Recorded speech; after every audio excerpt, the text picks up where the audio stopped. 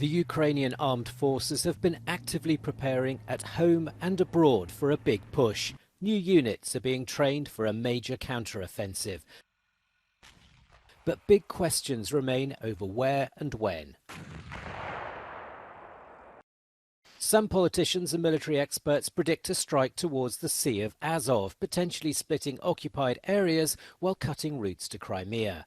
Others suggest targeting Russian flanks in Luhansk or Kherson. The recent leak of Pentagon documents showed Western experts expecting a push in late April, May or June. But that leak in itself may force a change of plans.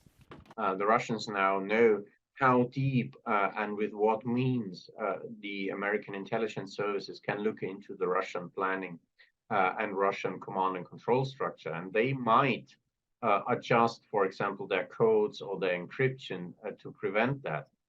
If that happens, and if Western intelligence at the time of the counteroffensive is less precise than it used to be, that would be a bad thing for Ukrainians.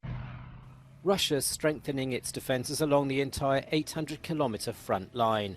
Western experts doubt the Ukrainian counteroffensive will bring the war to an end this year, but the operation could prove decisive.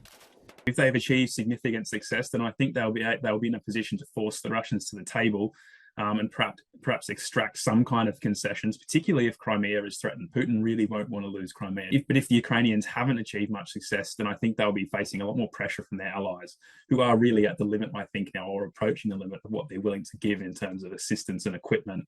And so Ukraine will probably face a lot more pressure to find some kind of status quo ceasefire.